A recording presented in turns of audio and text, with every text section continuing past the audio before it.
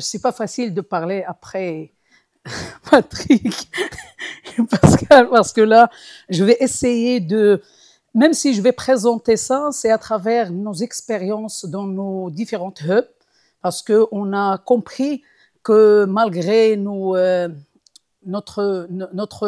géographie, il y a des diversités, et ça, c'est à travers les études que nous avons menées multicentriques, que ce soit dans le Maghreb ou avec des pays même subsahariens, que ce soit dans le hub de l'Afrique francophone pour tout ce qui est problème santé sexuelle et reproductive, mais aussi dans la Fédération du Moyen-Orient et l'Afrique du Nord.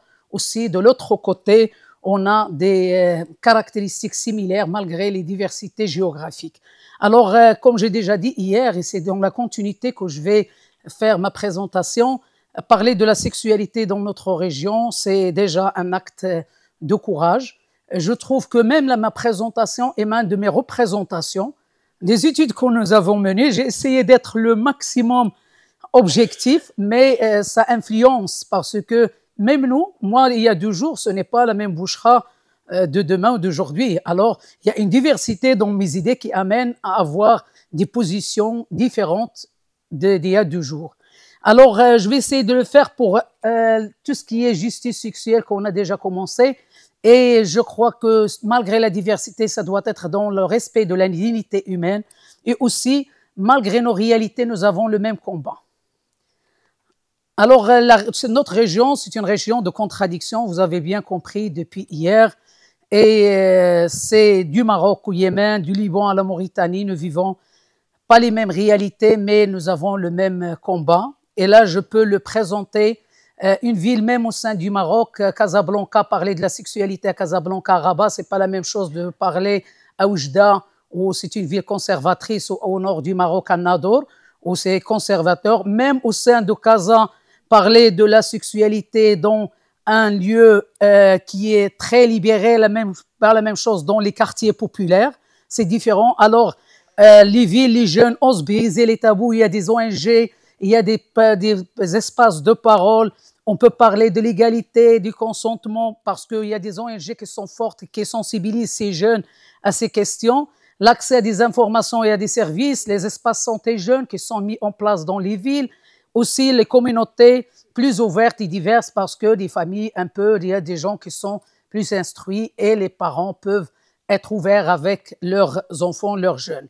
Mais là, on est confronté à d'autres réalités qui sont même dans le même pays, même dans la même zone. On a le rural et les quartiers populaires, comme j'ai déjà dit.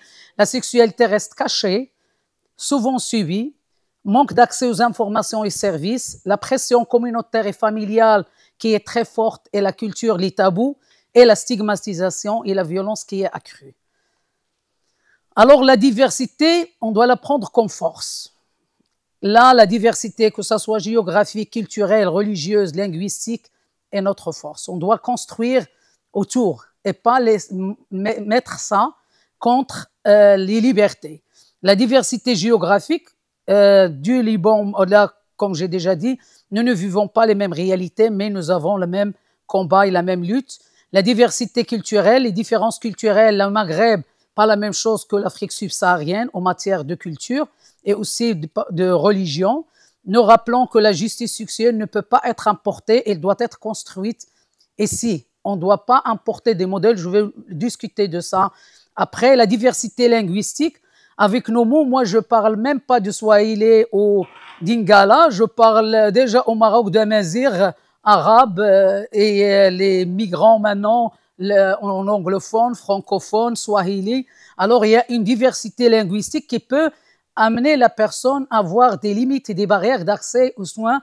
On a au niveau du même centre de santé, une Amazigh, une Berbère qui ne parle pas arabe, a des difficultés à s'exprimer et à demander des services liés à tout ce qui est services santé, reproduction et sexuelle. Et les professionnels de santé, ce n'est pas mon affaire, il faut avoir un traducteur pour que je puisse comprendre ce qu'elle dit. Je ne parle même pas d'immigrants, immigrants. Là, une personne qui est autochtone, et qui est d'origine, et qui est l'origine du pays. C'est elle qui était autochtone plus que les Arabes.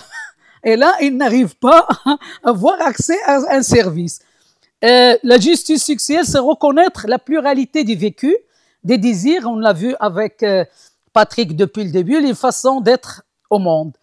Nous sommes plus que nos différences, nous sommes une force ensemble. Je vais essayer à chaque slide de donner un message de plaidoyer.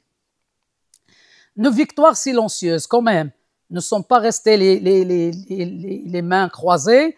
Nos ateliers, chaque atelier que nous menons en tant que société civile, autant que même institution, chaque témoignage, et là ce que je vais vous dire tout à l'heure concernant la violence, nous avons innové les ONG avec la Community of Practice. Community of Practice, il y a 2 ans, qu'est-ce qu'on fait? On fait des débats où il y a des décideurs, où il y a les chercheurs, où il y a les activistes et militants. Et qu'est-ce qu'on fait en tant qu'ONG? On ramène des femmes qui témoignent devant les décideurs. Ça pour que les amener et on ne leur apprenne rien, on les laisse telles qu'elles sont, elles s'expriment et elles demandent à la fin une doléance aux décideurs. Et c'est dans les différents programmes liés à la SSR, surtout pour la violence, la lutte contre la violence, tout ce qui est via SIDA. Et là, on laisse ces décideurs voir les réalités, ils les connaissent, mais on leur fait vivre aussi ces moments pour qu'elles entendent et voient de leurs propres yeux. Alors, dans un pays, c'est un pas vers la libération du corps et des esprits. On a les formations, j'ai déjà parlé de ça. Vous savez que pour organiser le premier colloque, le premier congrès de sexologie, c'était la semaine dernière, c'était le 30-31, 1er novembre à Casablanca, l'université de Casablanca, c'était une galère. Pour que le ministère de la Santé et de la Protection sociale aide, pour que les autres partenaires peuvent accepter qu'on fasse... parce qu'il y a le banderole dehors, même au moment du congrès, le président, c'était un ami, il m'a dit, ils m'ont appelé, pourquoi il y a la sexologie? Et alors, il a expliqué que oui, ce sont des scientifiques, et là qu'on a continué. Alors, nous sommes fiers d'organiser, on essaie toujours d'intégrer des cours institutionnalisés à master, on n'est pas arrivé encore parce que aussi l'intérêt est porté pour la sexologie. Mais on intègre des cours de formation continue pour les médecins, pour les professionnels de santé qui désirent ça, mais il y a une demande de plus en plus élevée. Alors, les associations aussi qui développent des espaces sûrs pour parler de consentement, de contraception, d'intervention volontaire de grossesse, malgré que c'est interdit, on essaye là de mobiliser le public pour au moins rendre la loi flexible pour les 4 cas de figure dont je vous ai parlé hier, l'inceste, le viol, la psychopathie chez la femme et les malformations complexes intra-utérines. Et de la diversité sexuelle aussi, on essaie d'introduire ça sous d'autres formats, mais d'en parler. La recherche locale, oui, les chercheurs ont une responsabilité. Avant, on disait non publish perish, maintenant on dit non implemented perish, parce que ça sert à rien de faire de recherche pour qu'elle reste dans les tiroirs et qu'on n'essaie pas de contribuer à les implémenter les recommandations. Ce sont des victoires silencieuses, comme j'ai dit, on fait parce qu'on peut débattre des thèmes qui ne sont pas acceptés de façon indirecte, proxy, mais quand même, on le sent dans au moins le Maroc et dans d'autres pays qu'ils sont puissants et ils arrivent progressivement à changer les choses. Alors, les résistances persistent. Je l'ai dit hier et je continue à le dire, autant qu'on ne sait pas comment ils pensent les opposants, parce que nous, on est dans notre lutte, aveugle, on avance, mais eux, ils innovent dans leur façon d'opposer à ce qu'on fait. Ils neutralisent, ils ont maintenant du pouvoir. Vous le savez, la montée maintenant, est-ce que on peut dire la culture où aux États-Unis maintenant, quelqu'un qui est venu qui dit niet au Z, tout ce qui est SSR, c'est point noir, contraception, c'est une forme d'avortement. C'est hallucinant pour nous, mais pourtant les États-Unis. Et aussi, ne pas donner les fonds, mais les donner aux opposants, pour qu'ils aient plus de pouvoir. Alors, si on continue à concourir devant, on va rater notre lutte, notre bataille. Alors aussi, l'indifférence institutionnelle, c'est ça qui tue. Parce qu'ils ne te disent pas non, ils te disent, ils te laissent. Quelle est la différence entre la dictature et la démocratie? Qui peut répondre? La dictature, tais-toi, mais la démocratie cause toujours. Cause toujours, tu peux dire ce que tu veux. Alors, c'est ça, c'est l'indifférence. Et ça, dans certains pays, et je crois des degrés différents, militer, c'est risquer sa sécurité, on l'a entendu. Mais plus dangereux, ce n'est pas la répression, c'est l'indifférence. Quand on voit, on accepte que les jeunes continuent à souffrir en silence de violence. On a vu ce matin de l'absence d'éducation sexuelle et maintenant, vous l'avez vu, même en Europe, déjà ce matin, j'ai lu un article en Italie, veulent enlever l'éducation sexuelle complète et c'est parce qu'ils ont le pouvoir de le faire. Alors ça, le manque d'accès aux soins. Alors, vers une justice sexuelle, c'est chaque personne dispose de son corps, on doit le respecter dans la dignité, dans le respect. L'éducation sexuelle complète, quoi qu'on dise, l'évidence a montré toutes les conséquences positives qu'il peut avoir sur la vie de l'adulte. L'inclusion des populations vulnérables, on ne laisse personne behind, et on laisse tout le monde, tous ceux qui ont besoin, on les laisse de côté, ne laissez personne de côté depuis 1994, mais on continue à les laisser. La liberté aussi des femmes reproductives, c'est, j'ose dire, est encore sexuelle. Tu te maries pas, pourquoi tu te maries pas?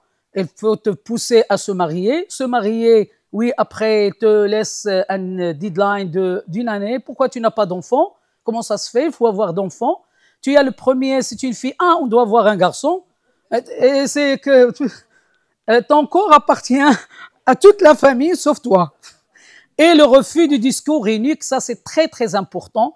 La justice sexuelle, c'est aussi refuser le discours unique. Ce n'est pas une seule sexualité, une seule norme, une seule culture. C'est reconnaître la pluralité des vécus, des désirs, des façons d'être au monde et de le respecter.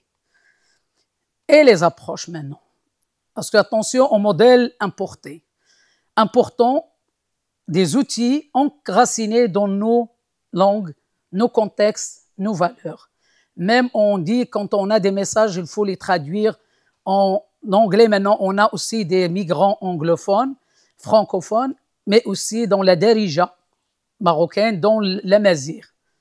Et des messages vocaux, parce que écrit, il y a des gens qui ne savent pas écrire. Et on oublie ça. On met des affiches partout. Mais maintenant, comme on reçoit des publicités, on peut recevoir des messages de sensibilisation aussi.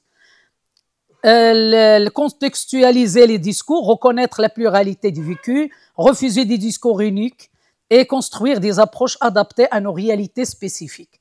Ceci nous amène à avoir des partenariats locaux qu'on a déjà commencé au niveau du Maghreb subsaharien, comme j'ai déjà parlé des différents réseaux que nous avons créés et que nous avons créés aussi avec des plateformes de discussion, de partage, mais aussi de conduire des études multicentriques pour essayer, on se rejoint pour avoir un benchmark avec les bonnes pratiques qu'on a dans certains pays qui ont réussi pour aider les autres à suivre le même chemin. Construire des espaces MENA, comme j'ai déjà parlé de ça. Alors, renforcer les alliances régionales, ça exprès, j'ai mis dans cette couleur. Et vous voyez qu'il y a différents espaces et créés pour la solidarité, relier les luttes pour une force collective. Les opposants qu'ils ont fait, parce qu'on a commencé avec SRHM à étudier leur stratégie et eux, ils ont des alliances renforcées réelles. Nous, on dit, oui, on est solidaire, mais à chaque fois, tu vois que chacun travaille pour soi et on n'a pas cette force réelle de se battre dans un même sens. Alors, dernière slide, notre promesse collective. Là, et je vous interpelle, vous aussi, nous n'avons pas peur de parler, nous refusons la honte et la dénonciation du discours qui la véhicule depuis des générations. Voulons-nous une région inclusive, une région fière, juste et inclusive, où la diversité est une richesse, pas une faute. Nous réclamons le respect, que nos corps, nos voix, nos amours soient respectés et nos droits reconnus. Engagement ultime, parce que la justice sexuelle, ce n'est pas un luxe, c'est une condition de la démocratie, de la santé, de la dignité humaine. Tant qu'il ne sera pas une réalité pour toutes et tous, nous continuerons à parler, agir et surtout à déranger. Et je vous remercie.